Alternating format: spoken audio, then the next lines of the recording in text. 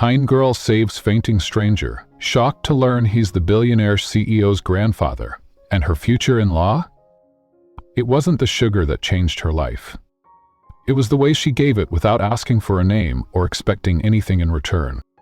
Just a girl with tired shoes and kindness in her pocket, who didn't know the man she saved wasn't a beggar. He was the grandfather of the richest man in the city. And in a world built on cold handshakes and empty promises, her warmth, quiet, stubborn, and unshakably real, was the one thing none of them saw coming. Especially him. The Georgia sun hadn't climbed all the way up yet, but the air was already thick with heat, the kind that clings to your skin and your... She pressed a sugar packet between her fingers. The little paper squares had become a kind of habit lately, something to do with her hands, something to remind her that she still had sweetness to give, even when life felt bitter. The man collapsed without a sound. It wasn't dramatic. No cry, no stumble, just a slow buckle of knees, like the weight of his years had suddenly won. He hit the sidewalk with a dull thud, slumping against the wrought iron bench at the corner of Whitaker and Jones. Sasha didn't hesitate. She dropped her bag and rushed over, kneeling beside him. He was older, maybe 70, maybe more, with grizzled gray hair and a lined face that looked both sharp and kind at once. His uniform said Savannah Square Security, but it was faded, like he wore it more for memory than duty. "Uncle, hey, can you hear me?" she asked, pressing a hand to his shoulder. His eyelids fluttered. "I'm fine," he rasped, voice low. "Just low blood sugar." Sasha didn't miss a beat. She dug into her apron pocket, pulling out 3 sugar packets, stolen from yesterday's closing shift, and tore one open. "Here," she said gently, tipping the granules into his palm. "My dad used to get this way. These help fast." He blinked at her. "You carry sugar?" "Always." She smiled faintly. "Not everything sweet costs money." The corner of his mouth tugged into something between a smirk and a wince. "You a nurse?" "No," she laughed softly. "Just a waitress. And an unpaid designer? In my dreams." He took the sugar, slowly. "What's your name?" Sasha Lane." He said nothing else, just nodded, like he'd just filed her name somewhere deep. The bus screeched to a halt a few yards away.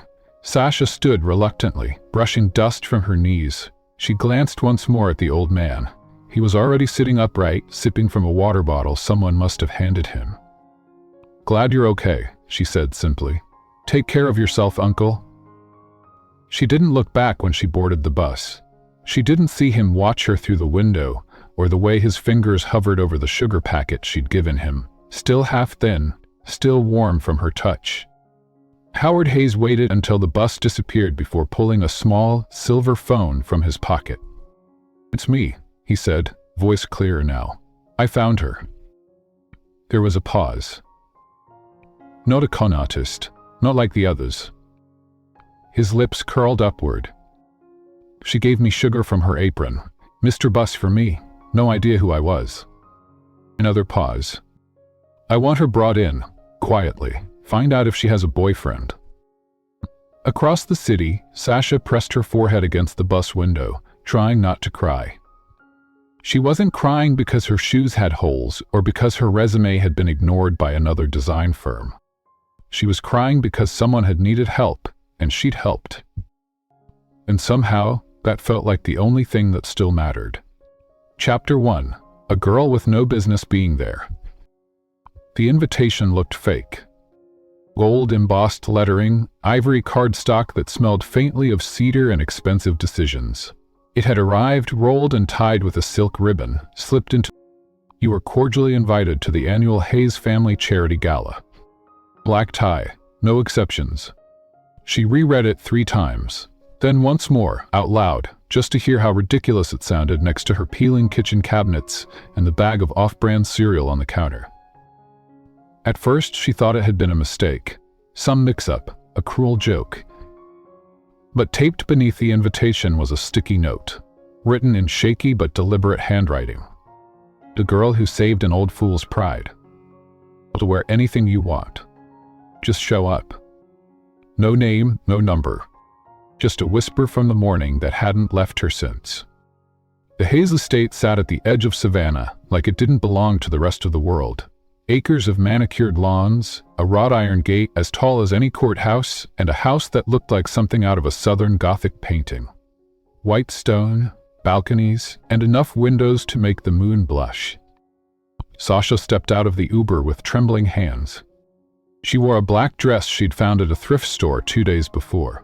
One of the sleeves was slightly longer than the other, and the zipper got stuck halfway up, but it was clean.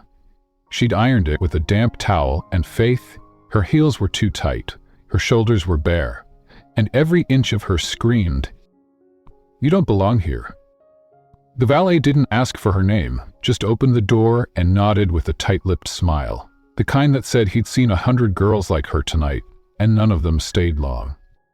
The ballroom was a watercolor of light and music, crystal chandeliers, waiters in white gloves, women who didn't walk so much as float in diamonds, men whose laughter was louder than the jazz quartet playing near the stage. She kept to the edge of the room, hands clasped behind her back like a museum visitor, trying not to breathe too hard. Then came the voice. "Okay," someone sneered. "Is she staff?" Sasha turned. The woman was maybe 26, with skin like porcelain and a red gown that hugged her like a second skin. Vivian Clark. She was everything Sasha was not. Flawless, effortless, and perfectly aware of her own perfection. "I said," Vivian repeated louder, "are you with catering or did someone actually let you in?" A few nearby guests turned. Sasha smiled, tight, restrained. "Neither, just here to support the cause." Vivian's lips curled. And what cause would that be? Crashing high society events and last season's goodwill? A small laugh rippled from the group around her. Not cruel, worse. Sasha's cheek flushed, but she held her ground. "I was invited." By who? Before Sasha could answer, a glass of champagne appeared at her elbow. Landon Hayes stood beside her. For a man raised on headlines and family fortune, he looked almost plain tonight. Black tuxedo, no tie, collar slightly open. His dark hair was swept back, like it couldn't decide if it wanted to obey the rules of men like him. But his eyes, gray, unreadable, precise, landed on Vivian with surgical coolness. "She was invited," he said, voice calm as ice water. "By me." Vivian stiffened. You're joking." He took the champagne from the tray, handed it to Sasha. "She's a guest, just like everyone else." Sasha blinked. What game was he playing? Vivian's face pinched, but she recovered with a smile that didn't reach her eyes. "Of course, my mistake, must be the lighting." Then she turned, her dress whispering behind her like a retreat. Sasha stared at Landon. "You didn't have to do that." He took a sip from his own glass. "I know." She looked up at him. "You don't even know my name." He looked right back. "I do." A moment passed, then another. From across the room, Howard Hayes watched them both from his perch near the bar, sipping his ginger ale like it was aged scotch. "She's holding her own," he muttered. The bartender raised an eyebrow. "You talking about the girl in the thrift dress?" Howard grinned. "She's not the one out of place here. They are." Later that night, Sasha wandered out onto the back patio, escaping the glitter and noise. The stars above the estate looked different than the ones in her part of town, clearer, like they belonged to someone richer. She heard footsteps behind her. "Hold out here," Landon said. Sasha didn't look at him. "Why did you?" "I didn't." She turned. He shrugged. "You saved someone important to me. He wanted you here, so I made sure you were." "You could have just let me stay invisible," she said quietly. "Would have been easier for both of us." Landon studied her. "I think," he said slowly, "you've been invisible to people who don't know how to see." And for the first time since her mother passed, since the last eviction notice, since she gave sugar to a stranger and got a golden door instead. Sasha let someone look. He looked. Chapter 2. The Accusation. The next time Sasha stepped into a building owned by the Hayes family, she wasn't wearing a black dress. She was in worn jeans, an oversized cardigan, and the same sneakers she wore when she slipped sugar into a stranger's palm. She hadn't meant to come in. She was just passing by, arms full of mailers to drop off at nearby storefronts for the diner's catering launch. The boutique's glass windows caught her eye, shimmering with an elegant new display. Minimalist lines, floating silk gowns, mannequin arms outstretched like they'd just let go of something important. There, near the corner, was a dress that looked like a dream she'd once had. It wasn't just similar to the one she'd sketched for her late mother last spring. It was the exact design. Her neckline, her folded waist pleats, even the embroidery along the hem. Ivy leaves, winding like veins. She stepped inside, heart in her throat. The boutique was cathedral quiet. Glass cases, marble floors, staff who smiled. "Can I help you?" the front desk girl asked, already typing something into a system Sasha couldn't afford. Sasha pointed toward the dress on display. "I designed that." The girl blinked. "Excuse me?" "I mean, I made that design months ago. It was stolen from my sketchbook." The silence turned cold. From the back of the boutique, a voice snapped like gum. "She's lying." Vivian Clark walked forward in 6-inch heels, wearing a shade of red lipstick that should have been classified as a threat. She looked Sasha up and down like she was chewing glass. "A faux laugh," I added with a faux laugh. "It's you. I should have known." Sasha stiffened. "You don't even work in design." "No objection," Vivian said, sauntering closer. "But I happen to be very close to the person who submitted that dress, the one you're slandering, so unless you have proof—" "I have my original sketch," Sasha said firmly, pulling a folded page from her notebook. The edges were frayed, smudged in graphite, the ivy hem still visible in her distinct shading. Vivian leaned closer, smiled. And then, without breaking eye contact, she ripped the sketch in half. "Oops," she said sweetly. "Now it's just hearsay." Sasha's breath caught, her chest burned. "Security," Vivian called. "Escort this girl out." The boutique staff froze. For a long second, no one moved. Then a deeper voice cut through the tension. "No one's going anywhere." Landon Hayes stepped into the boutique, phone still in hand. He looked between Sasha and Vivian like he'd just walked in on a fire he already suspected was smoldering. Vivian straightened. "Landon, she's causing a scene, claiming to be the designer of your next feature dress? I mean, really?" "Is that your sketch?" he asked, ignoring her tone. Sasha's voice was thin but unwavering. "It was, until she tore it." Vivian laughed, brittle. "This is absurd." Landon turned to the boutique manager. "Surveillance? Pull the last 10 minutes. I want it in my office by noon." "Wait!" Vivian stepped forward, a hand on his arm. He stepped back. "Vivian," he said flatly, "if you think breaking the work of a struggling designer in my store, my family's store, makes you powerful, you've misunderstood everything." She opened her mouth to object, but something in his expression made her stop. Landon turned to Sasha. "Let's go." They walked in silence until they reached the parking garage behind the building. It was cooler there, the city noise dulled.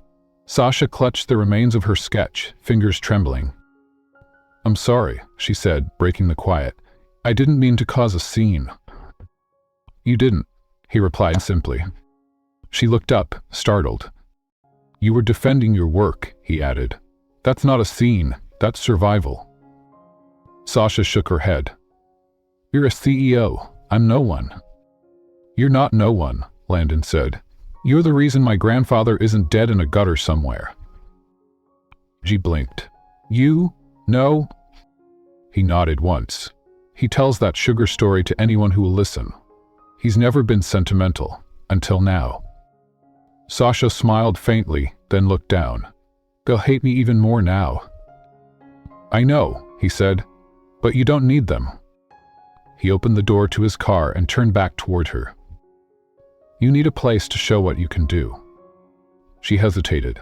"You're offering me a job." "I'm offering you a shot," he said.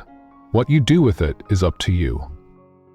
That night, Sasha sat at the kitchen table in her tiny apartment, running her fingers over the torn edges of her sketch. Outside, rain tapped softly against the window. She had no family in the city, no money, no guarantees. But maybe, just maybe, she had a future. Chapter 3. Threads of Something Real. The fabric samples felt like sin. Silks that whispered when you touched them. Italian wool that held heat like memory. Even the cottons, ordinary by name, were soft enough to make Sasha pause and wonder what it meant to create something people could live inside. And she'd seen these materials before. Through glass, across red carpets folded on store shelves where price tags dared you to dream. But now they were on her table, and her hands, still calloused from bussing tables and scrubbing diner sinks, were expected to shape them into something beautiful. No one told her where to sit when she arrived. A receptionist led her up to the 6th floor with a polite smile and said, "Just wait here, someone from the design team will brief you." Then they left her. So she waited, standing awkwardly beside a table full of mood boards and coffee cups and expensive laptops. No one looked at her. The design floor buzzed with curated chaos. People dressed like magazine covers passed bolts of fabric and talked in phrases Sasha didn't yet understand. Paper the back dart. "We're going with Bordeaux, not Merlot. Tell Jules no gold hardware. Landon wants matte this season." She didn't know who Jules was, or how Bordeaux could be a fabric color. She just knew the girl in black boots 3 desks over looked like she belonged. And Sasha, standing there clutching a thrift store tote and wearing the same blazer she'd worn to 3 failed interviews, did not. Until a voice broke through the din. "Or she is." Howard Hayes, cane in one hand and travel mug in the other, approached like he owned the place, which, she would learn later, he technically still did. "Didn't think you'd take the job," he said, smiling. Sasha managed a weak laugh. "Ugh, I didn't think it was real." "Most good things don't feel real at first," he replied, gesturing to an empty desk in the far corner. "It's not much, but it's yours." The desk was small, the chair a little wobbly, but when she sat down, something shifted inside her. Here, in this high-rise filled with sharp edges and sharper people, was a square foot of space that belonged to her. She placed her sketch pad gently on the desk, beside a cup of diner coffee she'd brought out of habit. Then she got to work. The first 2 weeks were a blur of names she couldn't remember and tasks she didn't fully understand. Organize swatches by texture. Update the inventory grid, whatever that meant. Digitize reference sketches for spring concept alignment. She kept her head down, said thank you too often, apologized when she didn't need to. The others ignored her, mostly. Until they didn't. It started with the comments behind coffee cups.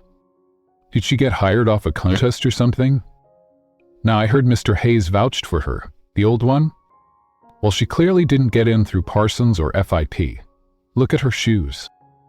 Sasha heard it all, pretended not to, bit the inside of her cheek until it stung. But the sketchbook? Her sketchbook was never far, and each night, when the lights dimmed and the real designers left, she stayed. She stayed and sketched, sewing ideas together in silence. She stayed and pressed scenes into samples until her fingers ached. She stayed because it was the only place she could see her mother again. In every thread, every cut, every shadowed hemline stitched in the shape of memory. On the 15th day, Landon Hayes walked into the design floor unannounced. The chatter stopped like someone had hit mute. Sasha felt the tension coil down her spine as he moved past her desk, glancing once, just briefly, but enough to make her stomach twist. He stopped in front of the lead designer's board and scanned the red carpet concepts pinned there. Dresses meant for actresses with waistlines made of air and Then his voice, low and even, "None of this works." A designer stepped forward. "Sir, we followed the original brief." "I'm not asking if you followed it," he cut in. "I'm saying none of this feels human. It's spectacle." Show me something someone would remember. Now silence. No one moved. Until Howard stepped forward from the back of the room. Give her a shot. Landon turned. Howard nodded toward Sasha. She almost dropped her pencil. Landon looked at her. Really looked. Sasha stood slowly, heart pounding, and lifted her sketchbook. She flipped to the design she'd drawn the night before, stitched with fatigue, ink streaked from the corner of her hand. It wasn't flashy, it wasn't expensive, but it was honest. A midnight red gown, off-shoulder, with threadwork along the hem like waves lapping up the shore. It looked like home.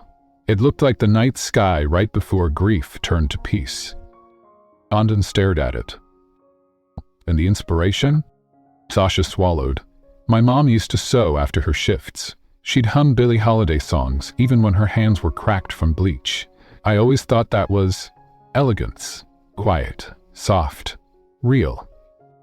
The room was quiet. Landon didn't nod, didn't smile. But he said, build it. Then he walked away. 3 days later, Sasha's design was chosen for the brand's winter preview. 4 days later, someone slashed her tires in the parking lot. She didn't report it. She just took the bus home, alone in the dark. Chapter 4. The Stolen Sketch. The floor was quiet again. Most nights, Sasha stayed after dark, when the light softened and the city beyond the glass looked like something far away. When the voices were gone and only the hum of ambition remained, she worked in silence, threading fabric, refining stitches, making the dress that Landon Hayes had told her to build. It felt like a prayer in motion, and every part of it, the off-shoulder sleeve, the hand-stitched hem, the faint ocean blue lining only visible when it moved, was hers. When it was done, she placed the design sketch back in her notebook, slid the folder into her desk drawer, and locked it. Just in case. By morning it was gone. She stood in front of the drawer for 5 full seconds, the cold metal handle still in her fingers. The folder was missing. Her sketchbook too. Everything from that week, all the variations, fabric notes, fitting adjustments, vanished. Sasha's stomach dropped. She spun in place, scanning her tiny corner of the studio. Nothing looked out of place. Except everything was. She ran to Howard's office first. He wasn't there. She ran to security. We'll check the tapes, they said. She ran through possibilities. Mistake, mix-up, harmless borrowing. But none of it felt right. And by 4 p.m., her heart dropped again when she saw the press announcement on the Hayes Design homepage. Hayes Design unveils new red carpet gown, designed by senior creative Janelle Morton. The image hit her like a slap. It was her dress, skittled down to the hem. Only now it bore another woman's name. Sasha couldn't breathe. She stormed to the 6th floor, where the executive offices sat behind frosted glass and fear. She didn't knock, didn't wait. "Excuse me," she said, breathless as she burst through the door. "That gown, the winter preview, it's not hers, it's mine. She stole my sketchbook." Janelle looked up from her desk calmly, a crystal pen twirling in her fingers. "Sweetheart," she said with a slow, syrupy drawl, "do you even have a contract?" Sasha froze. "Because, unless you're under commission, anything you sketch here, on these premises, with our materials, is technically company property. And I'm the one who submitted the draft. On time, through proper channels." She leaned back with a smug smile. "That's how the real world works." Sasha's voice cracked. "You took it, out of my desk. You knew." "You don't belong here," Janelle snapped, quiet and razor-sharp. "You're a charity case wrapped in delusion. Be grateful you even got to watch your design walk a red carpet, even if no one remembers it was yours." Tears stung the corners of Sasha's eyes, but she refused to let them fall. She turned and walked out. Howard found her on the steps outside, shivering despite the Savannah heat, hands wrapped around her bag like it was the only thing tethering her to the earth. "I took it," she whispered. "I know," he said.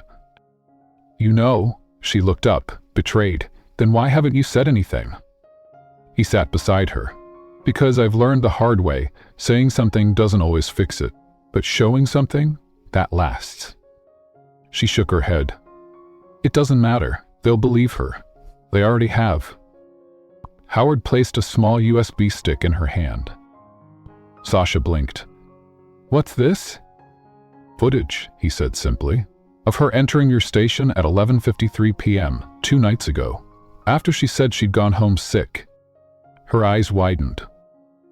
Landon doesn't like liars, he added. I'd suggest you let him decide who deserves to wear your name.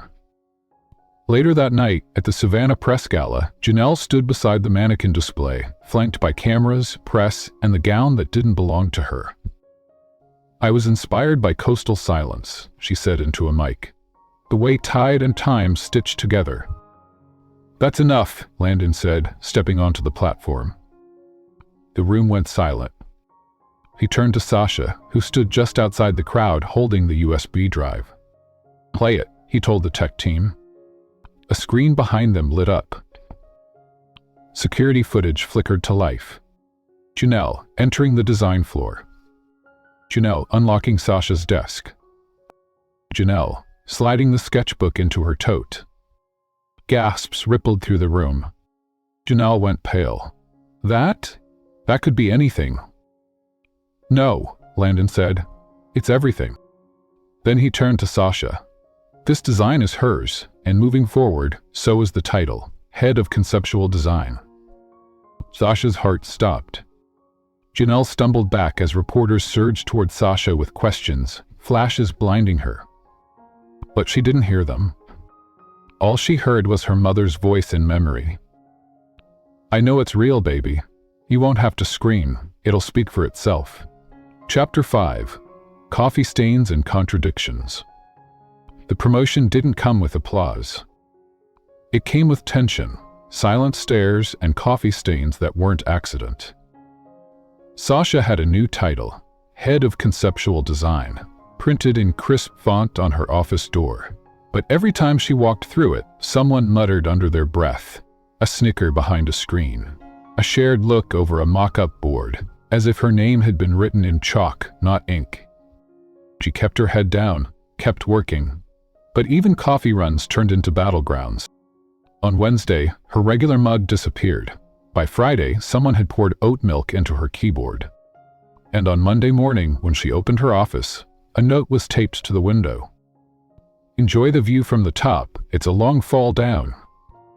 No signature, just the kind of threat that doesn't need one. She crumpled it, didn't tell anyone. But the fear sat in her chest like a stone. Landon asked 2 days later. London asked 2 days later.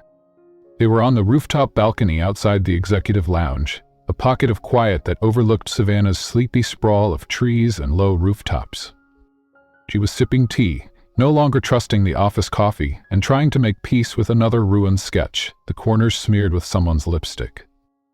Because I didn't want to seem weak, she said softly. Or worse, dramatic. Landon watched her.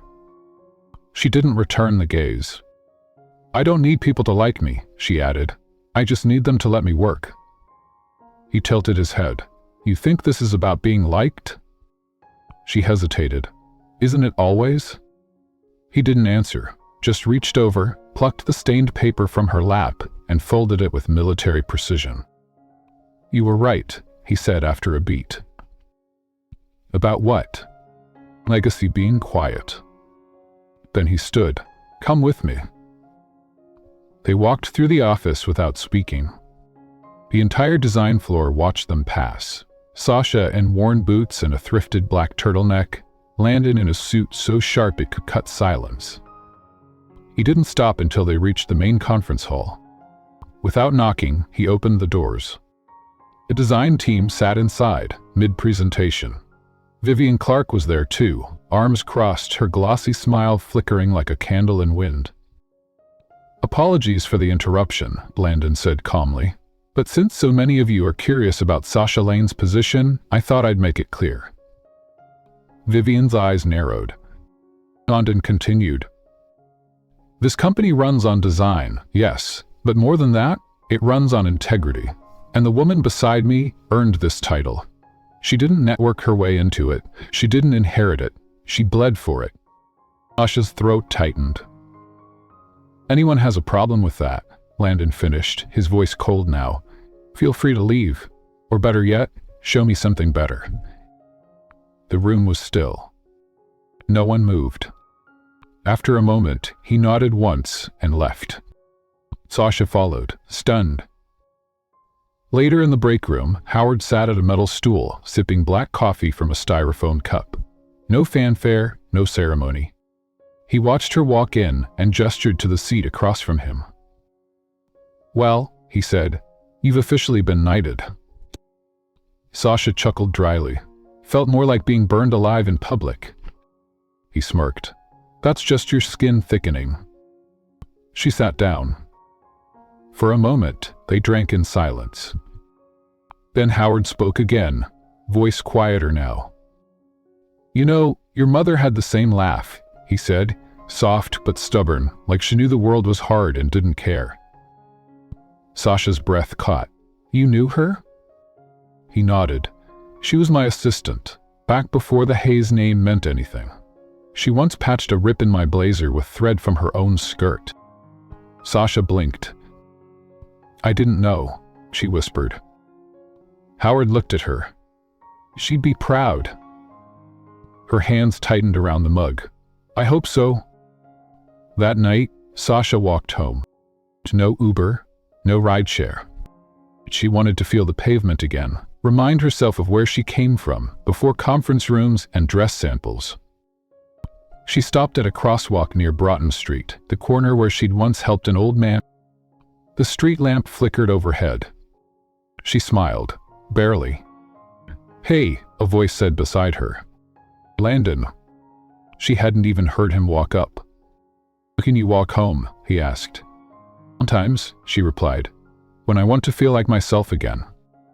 He nodded, falling into step beside her.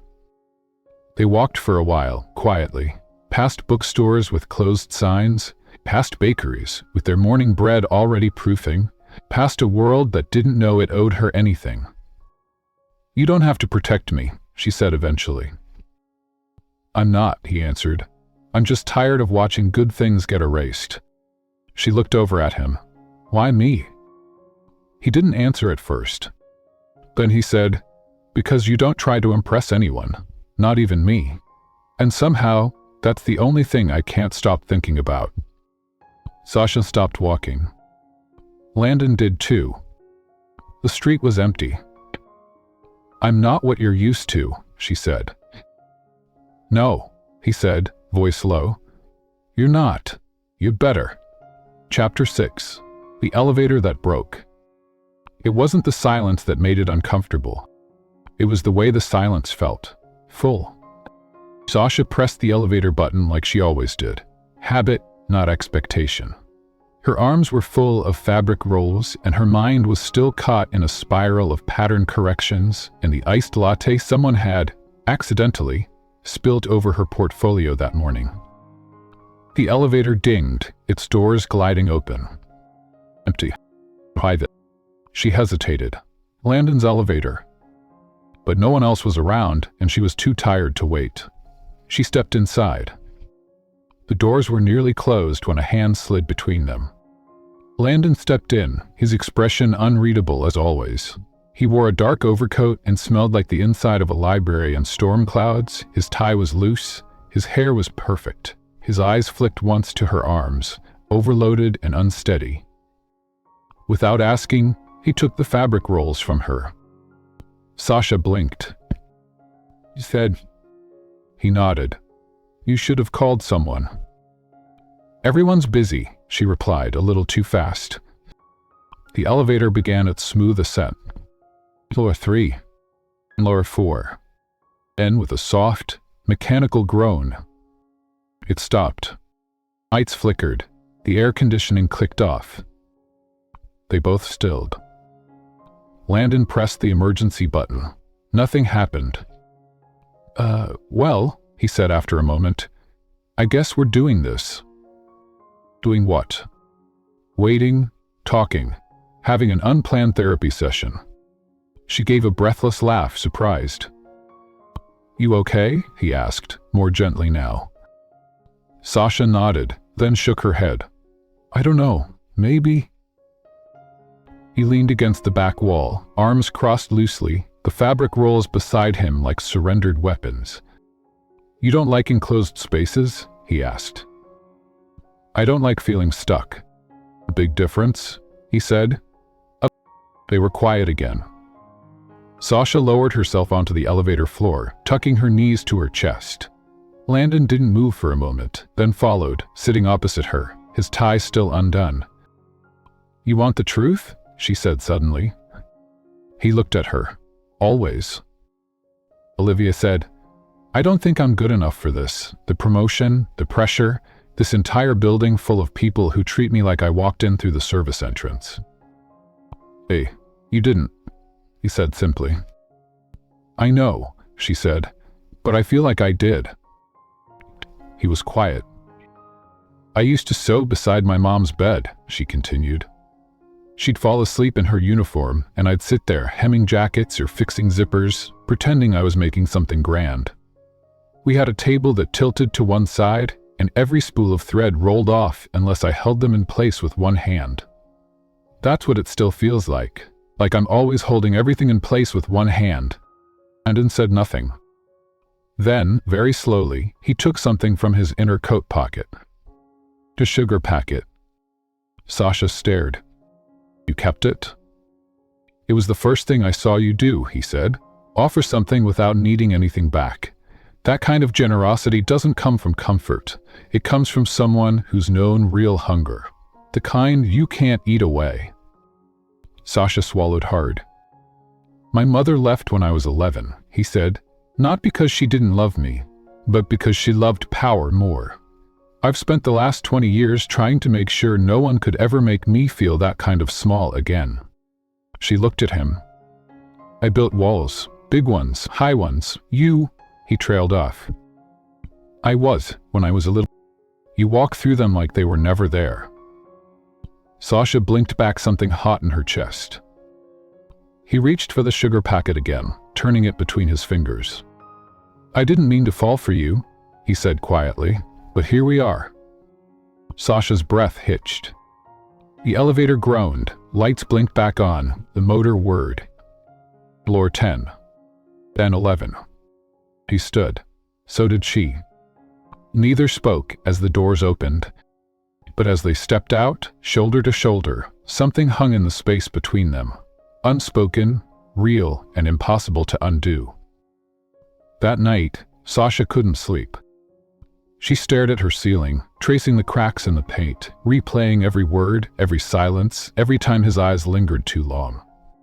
What scared her most wasn't that he said he'd fallen for her. What scared her was that she'd already fallen first. Chapter 9. The suit he wouldn't take off. The suit wasn't on the schedule. There had been no order form, no team meeting, no Pinterest board curated by 3 interns in overpriced boots. It appeared one morning, quietly, relevantly, draped across a mannequin in Sasha's design room. Midnight navy, corduroy accents, a subtle hand-stitched lining just under the collar that whispered, deliberate, without saying it aloud. Sasha hadn't meant to leave it there. She was only experimenting, playing with texture, trying to turn memory into menswear. But Landon had seen it, said nothing, then wore it the next day. The first time he entered the building in that suit, everyone noticed. Whispers followed him down the corridor like spilled perfume. Is that new? That's not from the fall catalog. Who designed it? He didn't answer. He walked straight to the 10th floor boardroom, chairing a meeting about global expansion, while wearing something stitched by a girl who used to fold napkins for tips. That night, Sasha found a note on her desk. Wore it all day. Didn't want to take it off. Her breath caught. It wasn't just about the suit. It never had been. The attention started small. A few glances in the elevator. A question from the marketing intern, posed sweetly but edged with suspicion. You and Mr. Hayes know each other well, huh? Sasha answered with a neutral smile and pretended she didn't see the way the girl's eyes narrowed when she turned away. Then came the shift in tone, subtle, sharp, impossible to miss. Comment slipped through teeth like venom. Guess it pays to be charming in elevators.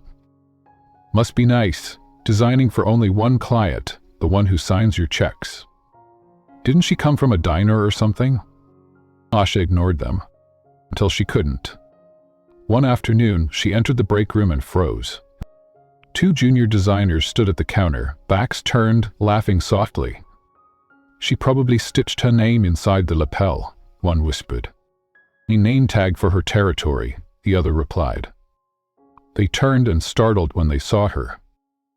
Sasha smiled without showing her teeth, picked up her tea, and walked out. She didn't cry. She just stood in the stairwell, letting the cold concrete wall hold her weight, trying to remember why she wanted this so badly. That night, she knocked on Landon's office door. He looked up from his desk, tie undone, sleeves rolled. "Are you want me here?" she asked. "Or are you just trying to prove something to the people who whisper behind glass?" He closed his laptop slowly. "I want you here," he said, "even if they never stop whispering." She blinked. He stood, walking toward her, not rushed, not careful, just real. "I wear that suit," he said, "because it makes me feel something. Safe, seen, human. It's like armor, but it..." She bit her lip. "It wasn't supposed to be for you." "I know," he said, "but it was." She looked away. "I can't be your weakness, Landon." He reached for her hand. "You're not. You're the reason I haven't broken yet." Later, in her apartment, Sasha pulled her sketchbook onto her lap. The pages were worn now, corners curling from use, filled with dreams no one had believed in until him. She flipped to a blank page and wrote, "We wore my heart like it was stitched into his shoulders." The next morning, she arrived early. The halls were quiet, the lights soft. On her desk was a box, black, no label. She opened it. Inside, the navy suit, folded, pressed, with a note on top. "Make me another one, just for Paris." She smiled. Not because of Paris, but because he'd given it back, not to return it, but to let her create again. Because he understood now. This was how she loved, through fabric, through form, through the quiet kind of devotion that didn't need a kiss to mean something. Yet, Chapter 8. The Girl He Chose. The lights in the ballroom glowed like chandeliers of stardust. Every year, the Savannah Heritage Gala crowned the season. Everyone who was someone walked through those oak doors, sequins catching candlelight, names whispered like currency. It wasn't just a party, it was a statement. Sasha Lane didn't belong there. Not in the eyes of the room. Not with her thrifted heels and hand-stitched dress, the one she'd made in her mother's memory, sleeveless and stitched in moonlight gray. But she walked in anyway, next to him. Landon Hayes didn't offer his arm. He took her hand. No hesitation, just quiet, unshakable certainty. And the whispers began, before they'd even crossed the floor. "I thought he was engaged to Vivian Clark." "Did you hear? The girl's a designer, barely. And she's the one who inspired the winter gown scandal, right?" Ding must have lost his mind. Vivian Clark stood near the champagne fountain, wearing silver that shone like ice, deliberate, sharp, a weapon in fabric. Her expression never cracked, but her hand around the flute tightened like she wanted it to shatter. Sasha met her gaze from across the room. Vivian smiled. Barely. Then turned away. Howard sat in the corner, sipping black coffee from a glass tumbler. "About damn time," he muttered into the rim. The speeches were dull, the food was cold. But the tension, that sizzled. Sasha didn't care about the dancing or the auction, she just wanted to leave. To escape the tight smiles and hollow stares. But every time she looked at Landon, she found him already watching her. not with pity, but something closer to awe. And it scared her more than cruelty ever could. Then it happened. The MC tapped his mic. Tonight, we recognize a partnership that redefines legacy and elegance. The Hayes family, and the woman behind their latest iconic line, Miss Vivian Clark. Applause. Vivian stepped up. Poised, radiant, ready. Sasha's blood chilled. Landon didn't move. Thank you, Vivian purred into the mic, for recognizing not only my efforts, but the bond that made them possible. Landon and I have built something. Together. And tonight, I'm honored to represent that connection. As his partner, in business and in life. The room gasped. Vivian turned toward Landon, extending her hand, but he stayed seated. He rose slowly, walked toward the stage, and then kept walking past her, to Sasha, took her hand again, turned to the crowd, and said, clearly, Lavender, I respect the work you've done, but let's not rewrite history. You and I had a contract, not a relationship, and it ended the moment you tried to rewrite hers. I looked at Sasha, and then, into the mic, added, this is the woman I chose, the only one I ever did. The ballroom was silent. Even the champagne fizzed quieter. Sasha's cheeks burned, but her fingers stayed in his. Vivian's mouth opened, but nothing came out. For the first time, she looked small. Later, under the stars outside, Sasha leaned against a stone balustrade, the human hum of crickets replacing the echo of gasps and flashbulbs. You didn't have to do that, she whispered. Landon came to stand beside her. Yes, I did. We'll never stop talking now. He looked out over the lawn. Let them. She turned to him. You can still walk away, she said. I won't hold it against you. He laughed once, gently. Sasha, I just burned 1,000 bridges for you. The only thing I'm walking toward is you. She looked down, heart twisting. I'm not what people expect when they say Hayes legacy. No, he said, cupping her face. You're better. Then he kissed her soft, slow, like a promise stitched into breath. Inside, Howard raised a toast to no one in particular. A girl with sugar in her pocket, he murmured. May she never doubt what she's worth again. The fall of the house that mocked her. No one expected her to show up for the board meeting. It wasn't her department, it wasn't her rank. But Sasha walked in, head high, blazer sharp, portfolio in hand, like the air belonged to her too. Landon was already seated at the head of the long glass table. His expression didn't change when she entered, but something in his posture eased, like her presence made everything else feel less breakable. The board executives glanced at each other, subtly shifting in their seats. She could feel their doubt, their polished discomfort. One of them, a man in a lavender tie, cleared his throat. Miss Lane, this is a closed discussion on next quarter's direction and financial partnerships. Landon cut in. She's not here to listen, she's here to present. Another executive arched a brow. Present, what? Sasha placed her portfolio on the table. An alternative, she said calmly, to the Clark partnership. The room went still. Vivian, seated in a corner with immaculate posture and untouched coffee, tilted her head. You're really going to do this? You built a lie, Sasha replied evenly, and you built it on my designs.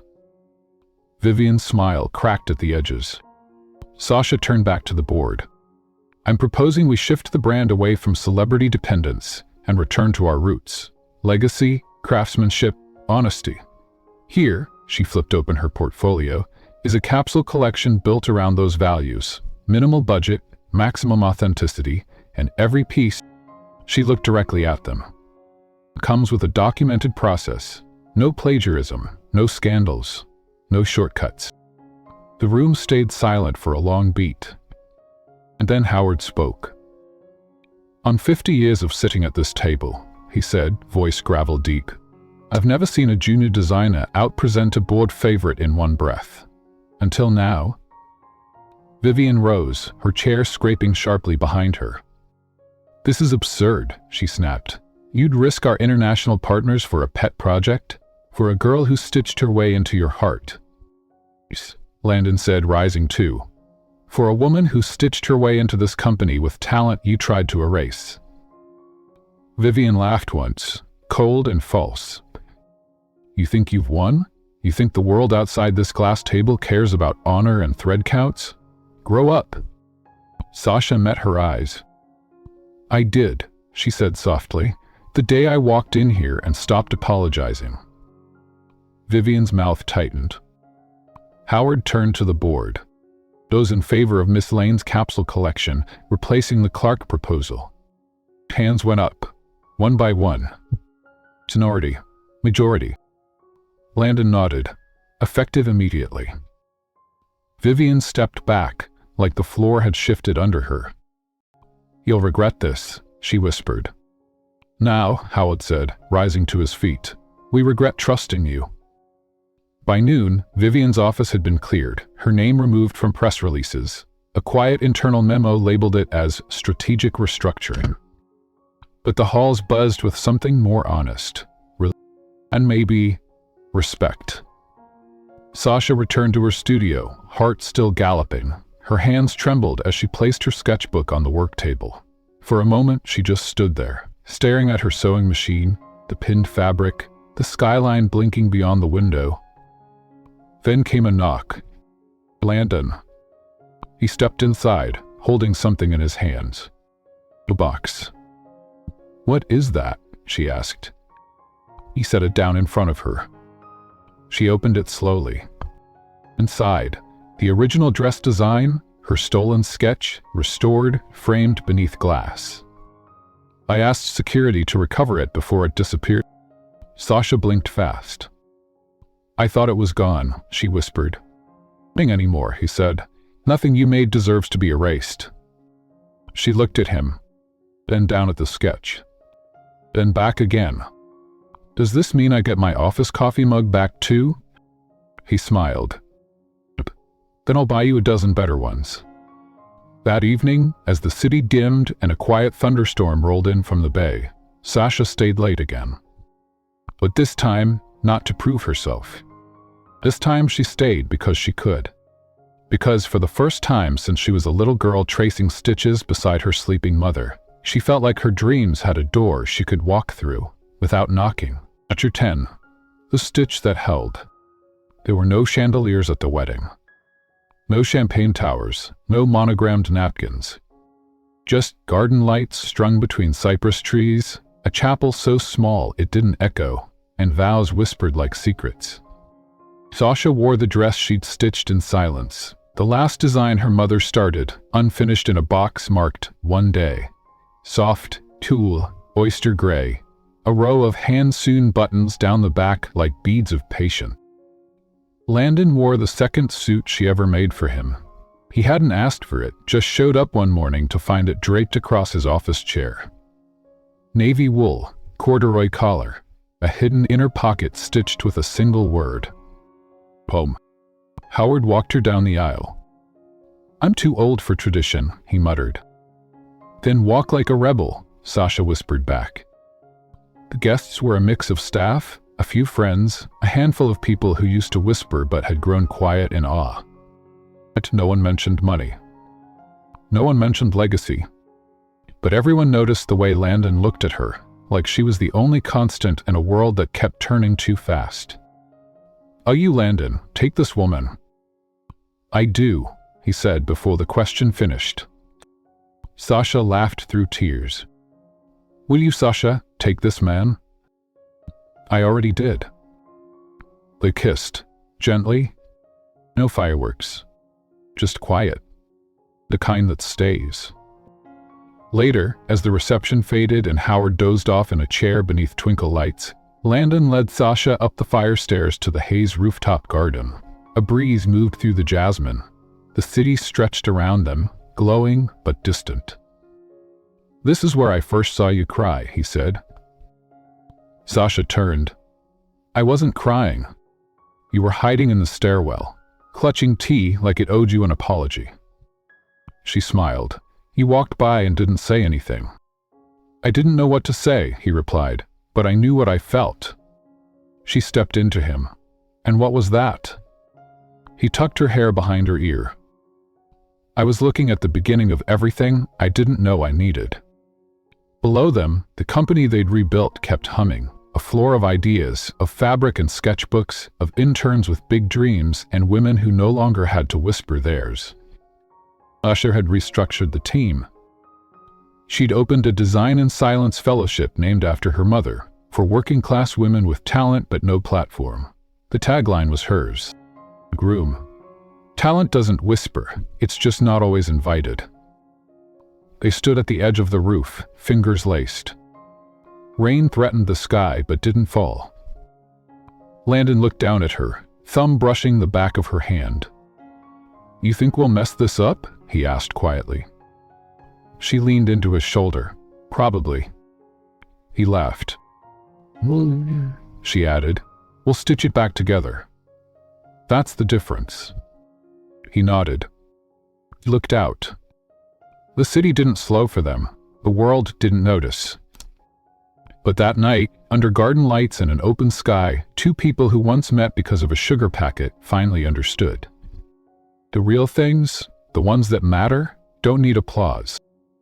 They just need to be held. Love that stays.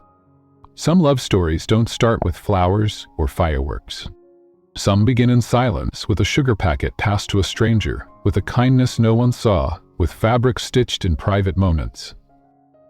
Sasha Lane never set out to be chosen. She just refused to disappear. And Landon Hayes, for all his power and polish, had never met someone who didn't try to impress him. Until her. She didn't care about his name. She cared that he remembered hers. They built something from mismatched threads. Shame, grit, memory, trust. They built it in a world that underestimated her and misunderstood him. But somehow, it held. Not because it was perfect. Because it was true. And maybe that's what love is. Not the grand entrance, not the performance, but the person who sees you at your worst and stays. The person who reminds you that softness is strength, but that dignity doesn't need defending. That the stitch that holds a life together is the one no one applauds, but everyone depends on. If you've ever felt like Sasha overlooked, underestimated, told you didn't belong, this story is yours. And if you've ever loved like Landon, quietly, fiercely, without knowing how to say it, this story is yours too. We hope the sugar she gave him reminded you of the kind of love that still matters. The kind that doesn't leave when the lights go out. The kind that stays. Now, tell us, what's a small act of kindness that changed your life forever? We'd love to hear your story below.